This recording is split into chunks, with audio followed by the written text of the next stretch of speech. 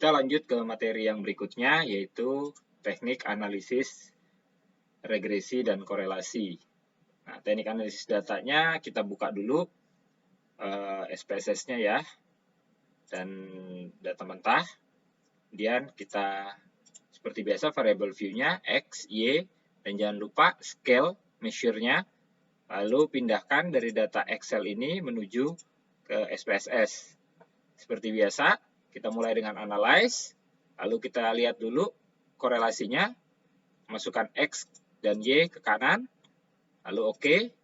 Nah, berdasarkan output SPSS ini, kita dapat hubungan atau korelasi antara X dan Y sebesar 0,936.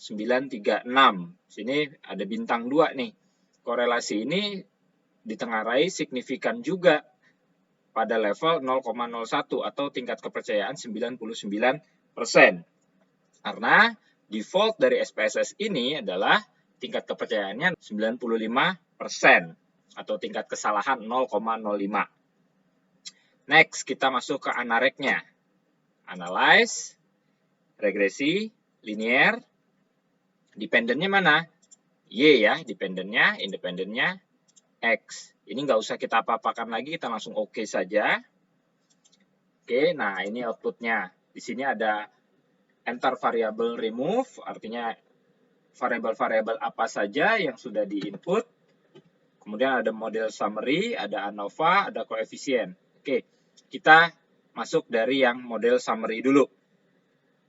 Nah, berdasarkan output SPSS ini, didapatkan R atau koefisien korelasi sebesar 0,936. Kemudian R square-nya atau R kuadratnya biasa disebut koefisien determinasi sebesar 0,876. Artinya, sebesar 87,6% variasi skor Y itu berkaitan dengan skor X ya. Apa-apa yang terjadi di X itu ada kaitannya dengan di Y. Yang berikutnya adalah ANOVA. ANOVA ini terkait dengan uji signifikansi koefisien regresi. Artinya di sini kan kita mendapat yang namanya persamaan regresinya. Nah, persamaan regresinya itu bisa dilihat di koefisien yang bawahnya. Nah, berarti Y sama dengan 25,665 plus 1,330X.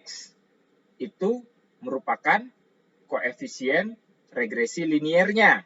Berikutnya kita menguji seberapa signifikan koefisien regresi linear ini dengan uji ANOVA, namanya uji signifikansi koefisien regresi. Hipotesis dari uji signifikansi koefisien regresi ini adalah H0 menyatakan bahwa persamaan regresi tidak berarti. H1 sebaliknya, persamaan regresi berarti atau signifikan. Kriteria pengambilan keputusannya adalah tolak H0 jika koefisien signifikansi lebih kecil dari 0,005. Kita lihat di sini, tingkat signifikansinya 0,0000, artinya dia lebih kecil dari 0,005.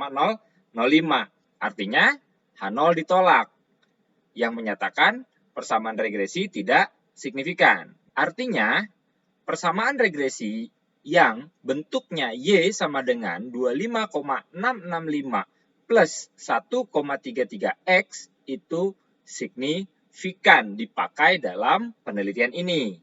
Yang berikutnya kita uji signifikansi koefisien korelasi. Kita lihat di sini, koefisien korelasinya sebesar 0,936.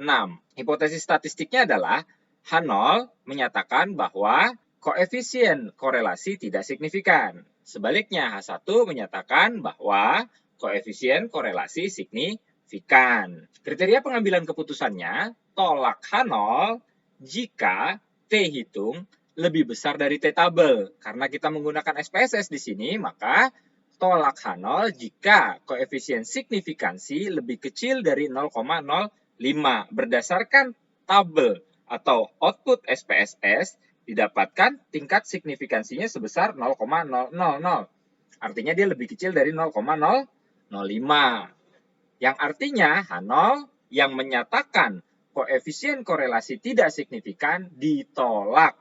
Artinya koefisien korelasi yang sebesar 0,936 itu signifikan untuk menggambarkan hubungan antara X dengan Y. Oke, sampai di sini bisa dipahami. Terima kasih, mudah-mudahan bermanfaat. Assalamualaikum warahmatullahi wabarakatuh.